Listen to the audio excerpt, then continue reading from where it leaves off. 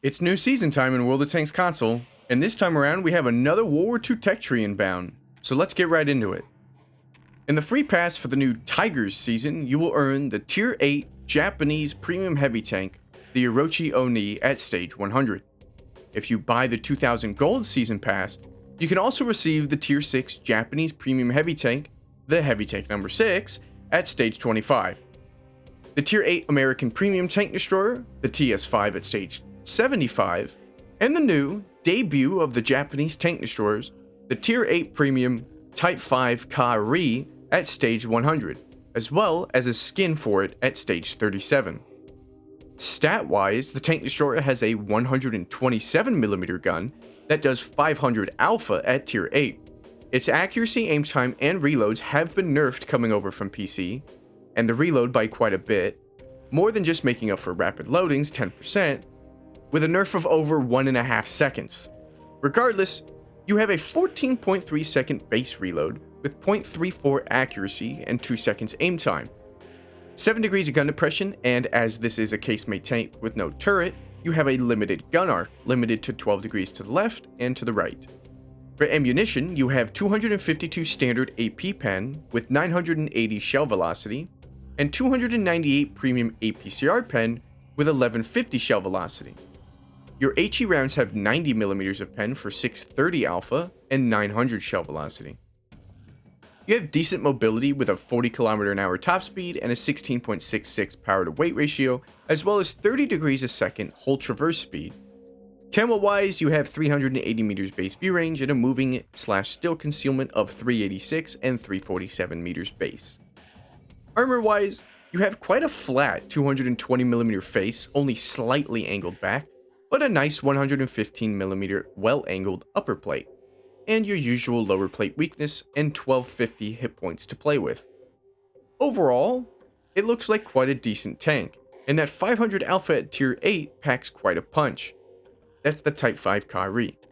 Moving on to the 6000 Gold Ultimate Season Pass, you will receive your usual 25 stage skips, instantly unlocking the Heavy Tank number 6, as well as a new 3D Commander, and the new Era 3 Eastern Alliance Premium Heavy Tank, the Object 490 Topol. Topol? With its factory fresh skin. Here are the stats for that tank. You have a 50% silver bonus, 3,650 hit points, 24.10 power to weight ratio for a 72 km/h top speed, 6 degrees of gun depression, 606 standard APFS DS pen for 550 alpha and 1700 shell speed, with 697 premium APFS DS pen with 1700 shell speed as well, and 155 HE pen for 690 alpha. 2.3 seconds aim time, 0.28 accuracy, 8.6 second base reload time for 3800 DPM, and 485 meters base view range. Have fun with that, my Coldwar fellas, as I have no clue how good this tank will be. That's it for the season pass. Now for the good stuff. We have a returning map with live oaks out on launch for you to see in matchmaking and customs, and it's always good to see a map every season, and this one is one we've all been looking forward to, so enjoy it while it's fresh. More importantly, however, are the balance changes Wargaming put forward this season. No nerfs unfortunately, and we're still waiting on those, but many German heavies and one British heavy did get a buff this season. Mainly, we've brought over some alpha changes like many 88mm guns going from 240 alpha damage to 280 alpha damage, like those on the Tiger 1, Tiger P, Tiger 2, VK4502A, and VK4502B. Interestingly, we did not buff the Hammer's alpha despite it getting a little buff here to its frontal armor and aim time, meaning the Hammer finally has the same turret armor as the Tiger 1, but doesn't get the same 280 alpha benefit. Odd. These alpha changes come with longer reloads per tank, but overall close to the original DPM, slightly better in some cases and slightly worse in others. And the same thing can be said for the 105mm alpha changes, from 320 alpha to 360 alpha, on the likes of the Tiger 2, VK4502A, VK101P, King Tiger, E75, and VK4502B. For most of these tanks, these changes are to guns that are not their top gun, like the 101P and E75, making the grind towards being fully upgraded a bit better for these vehicles. There was no 128mm alpha change though, so if you were expecting that, sorry. but honestly I'm fine with it myself. I'm honestly happy to see the 360 Alpha 105s for the most part. As for the other buffs, 2 tier 10s got armor buffs, 1 minor, 1 major.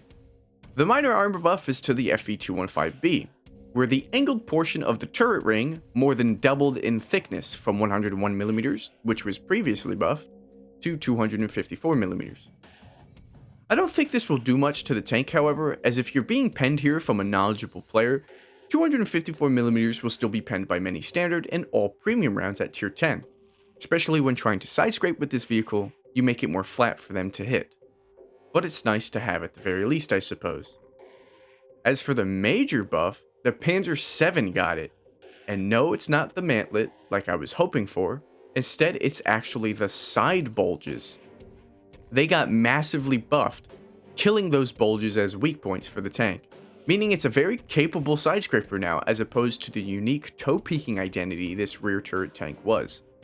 Yes, you can still be penned side scraping in that mantlet, but now it'll sort of more play like a mouse, a worse mouse, rather than its own unique playstyle where you had to hide your sides. This change honestly baffles me, especially since it's only given to the Panzer 7 and not the brother tank, the VK7201K. Maybe like the Hammer, that tank will catch up in a future season, but overall this change I don't really like. I would have preferred a lower plate or mantlet buff as opposed to this identity changing buff. Anyway, that's all for the World War II changes, but we do have some Cold War changes as well. Some more good Cold War changes in my opinion. Firstly, they changed some ammo costs. Some made more expensive, some made cheaper.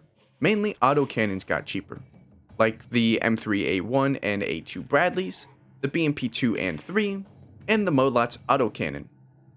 Other ammos though that got cheaper are those on the TVP VTU, Skoda T50 and TVP T5051, as well as the premium ammo on the M24 Chaffee. The guns that got ammo price increases are those on the Centennial Chieftain and FV4201 T95E1, the FV4005, the Object 292's HE round, and the T55A's APCR round, as well as the Molot's HE round. Speaking of HE2, many heat shells got changed to HE or HESH, like that on the M1A1 and A2 Abrams, the Leopard 2, 2A4 and 2A5, the AMX 32, 40, Leclerc and P cells, the T72B, B1989G, whichever that one is, and BU, and the MBT70, all getting HE shells instead of their previous heat rounds. The Thumper got its heat round changed to HESH, and the KWS-3 actually released with this change already implemented despite them listing it here, as it didn't have heat to begin with in the live game. More good changes to Cold War, honestly. I hope they keep them coming. There are some other hidden gems in the additional improvements section as well, like the ability to use handbrake on your Cold War tank destroyers now. Berlin, Great Wall, and Fjords have been removed from the Era 2 and 3 map pools, and some major matchmaking improvements that adds a new rule. That rule being that if after 2 minutes in the queue there aren't at least 5 bottom tier tanks per team, the match will be made without the bottom tier tanks, preventing games in which there could be 1 or 2 bottom tier tanks per team. This is a huge improvement that I'm happy to see, but I hope this doesn't somehow create more bot lobbies, filling up those bottom tier slots with bots rather than getting a full game of higher tier. If this increases queue times as well though, I'm fine with that. Now that we're all through with that, however, we can get to the most important thing about this season. The new World War II tech tree line. Sometime in April, I'm guessing in 2 weeks time, we will be given the Japanese tank destroyer line. We have no information on it at the moment and no ETA, but we do know that it starts at tier 5. Even then, we don't know which tier 4 it comes off of, as PC's tech tree is quite different to ours. It could come off of the Chi-He, or it could give the little branched line a purpose and come off of the Ki-Ho. Either way, get both of those tier 4s deleted so you can have the tier 5 purchasable when the line releases in April. If you're curious about the tier 10, it has a 149mm gun, which is a unique caliber that it'll share with its tier 9, and 700 alpha, but that's PC stat.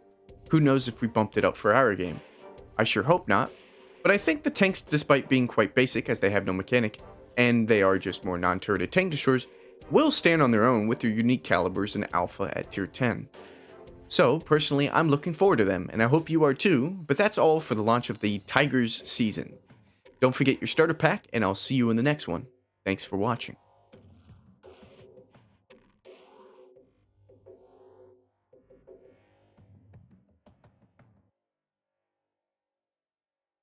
Oh, and they added cones to the customizable garage?